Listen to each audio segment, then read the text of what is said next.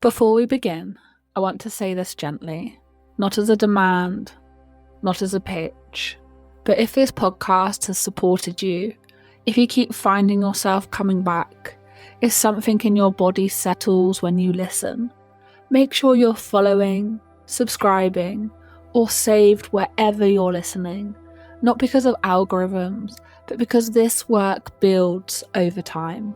This season is designed to be listened to in a sequence. It's meant to layer, to repeat, to rewire. And staying connected matters for that. Now, let's arrive properly. Take a slow breath in through your nose and a long breath out through your mouth. Welcome to the Sacred Shit Show.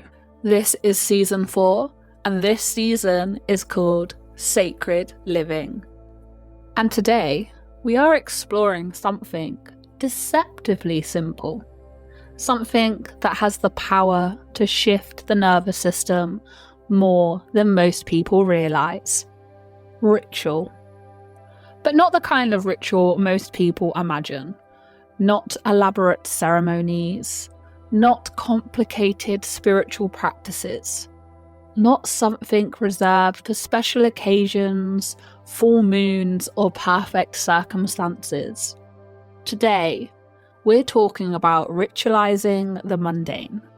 Finding sacredness inside ordinary life. Because sacred living does not happen in extraordinary moments. It happens in the ordinary ones. The way you wake up. The way you move through your home. The way you prepare your food. The way you step outside. The way you pause between tasks. The way you finish your day. These moments are small, but they quietly shape the baseline of your nervous system. And most people move through them without noticing them. For many people, the word ritual feels mystical. It sounds spiritual, ancient, ceremonial. But if you strip ritual down to its essence, it's actually very simple. Ritual is intentional repetition. It is doing something with presence, doing something with awareness, doing something in a way that tells the nervous system this moment matters. The nervous system loves repetition. Predictable patterns create safety.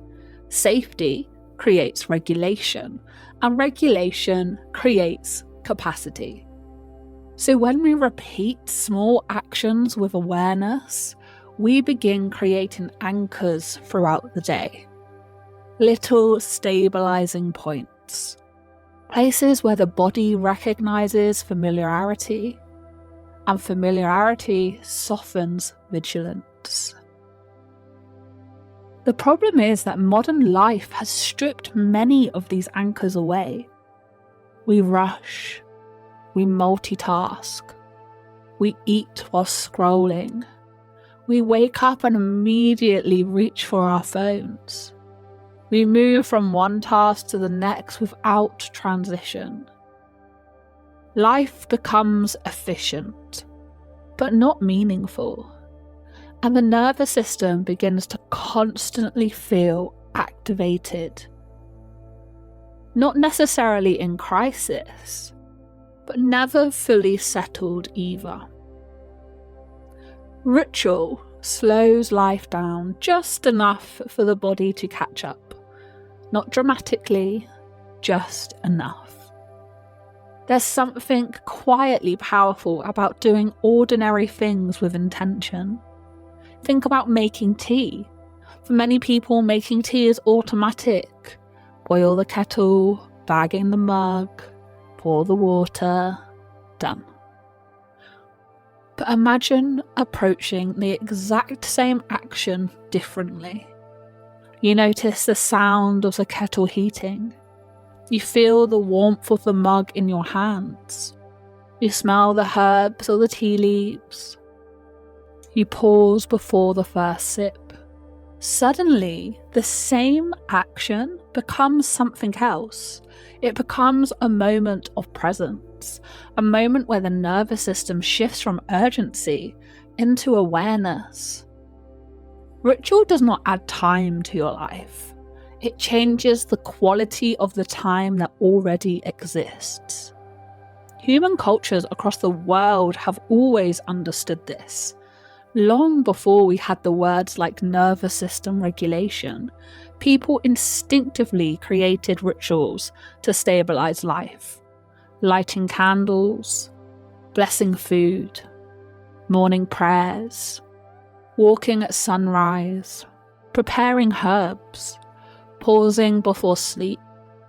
These practices weren't only spiritual, they were regulating. They gave life rhythm. And rhythm is deeply calming for the nervous system. When the body experiences predictable rhythms, it relaxes its constant scanning for threat. The brain begins to trust that the world has structure, and structure creates safety. Let's explore a few areas of everyday life where ritual can quietly transform your experience. The morning. The morning is one of the most influential nervous system moments of the day, because the first signals you give your body shape everything that follows. Most people begin their day with stimulation. Phones, emails, notifications, news. The brain jumps into alert mode before the body has even fully woken up. But imagine starting differently. Opening a window, letting fresh air into the room, taking 3 slow breaths, drinking water slowly, stepping outside for 2 minutes, stretching gently. These are simple actions, but they send a powerful signal. We are beginning the day calmly. And that signal ripples through the nervous system. Food is another place where ritual becomes powerful. Eating quickly, eating whilst distracted, eating whilst stressed. These patterns tell the body something very different than eating slowly with attention. Digestion is deeply connected to the nervous system.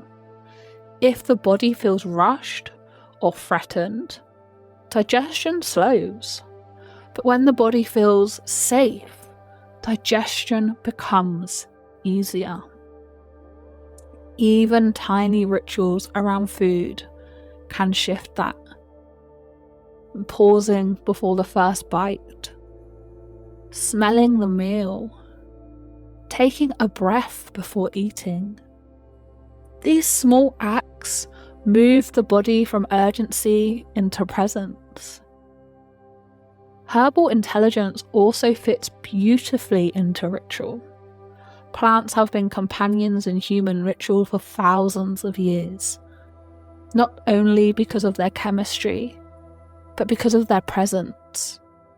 Preparing herbal tea slowly, working with calming herbs like lavender, chamomile, or lemon balm in the evening. Using adaptogenic herbs like ashwagandha to support nervous system balance. Working with medicinal mushrooms like reishi or lion's mane as part of the daily rhythm. Even essential oils can become ritual anchors.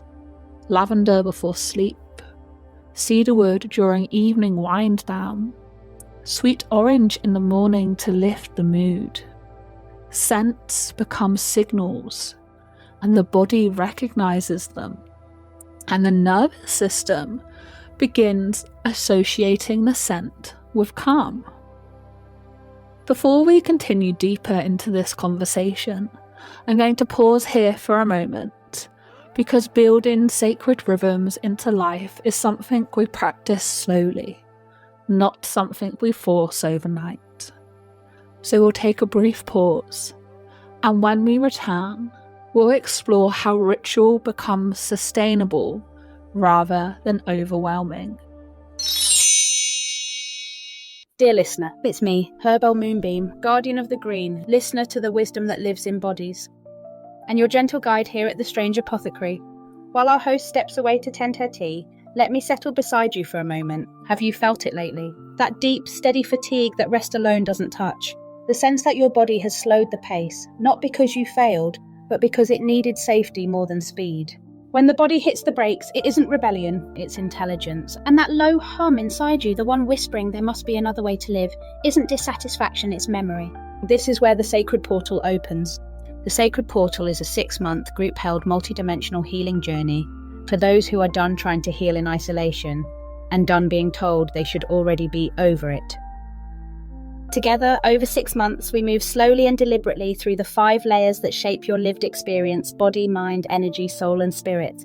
Not to ascend out of life, but to finally feel safe inside it.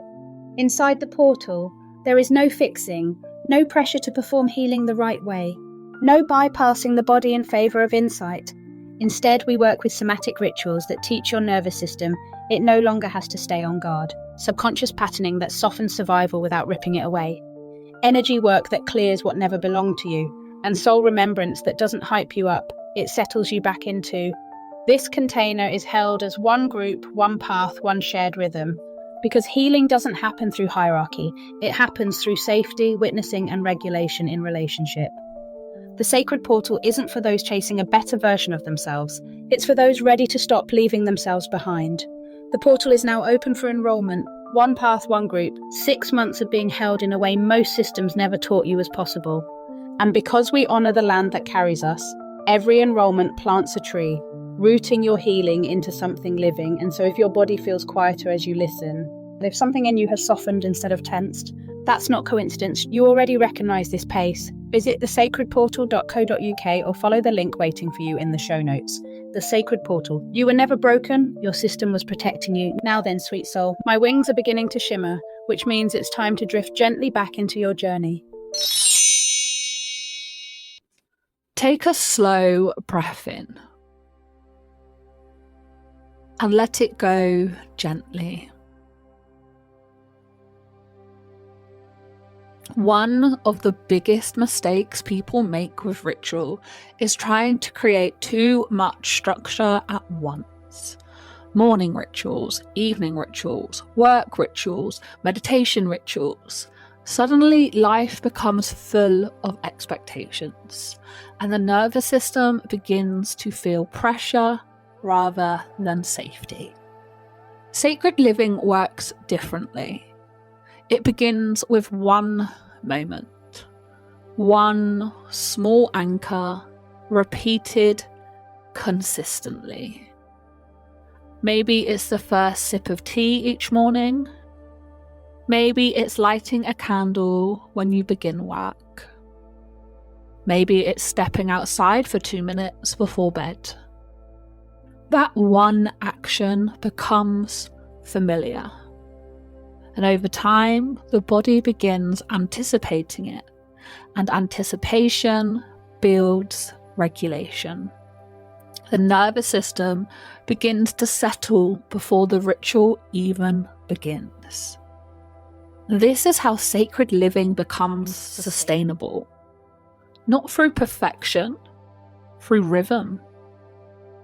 There is another reason ritual matters. It reconnects us with presence. Most people live either in their past or in their future, thinking about what's already happened, planning what must happen next. But ritual pulls attention back to the present moment. And the present moment is where the nervous system actually lives. When you light a candle intentionally, when you take a breath before eating, when you pause before opening your laptop, you are telling your body something powerful. You are telling it this moment is enough. Sacred living does not require a different life. It only requires presence inside the life you already have. Your home can become a place of ritual. Your work can contain moments of ritual. Your meals can contain moments of ritual. Even transitions between tasks can become ritual. Pause. Breathe. Reset. These tiny actions remind the nervous system that life is not only urgency and pressure, it contains rhythm, and rhythm brings stability. If this conversation resonates with you, inside the Sacred Shit Show membership, we practice sacred living in real time. Daily nervous system resets, integration prompts, community reflections, space where ordinary life becomes meaningful again. You'll find the link wherever you are listening. And tomorrow's imprint will take this conversation deeper. It will help the nervous system experience everyday moments as grounding anchors. You can listen to it throughout the week, while cooking, walking, tidying your home. Let it weave sacredness back into ordinary life. I'll take one final slow breath in and a longer breath out. Sacred living does not require dramatic transformation. It begins in the moments you already have. And I'll meet you tomorrow for the imprint.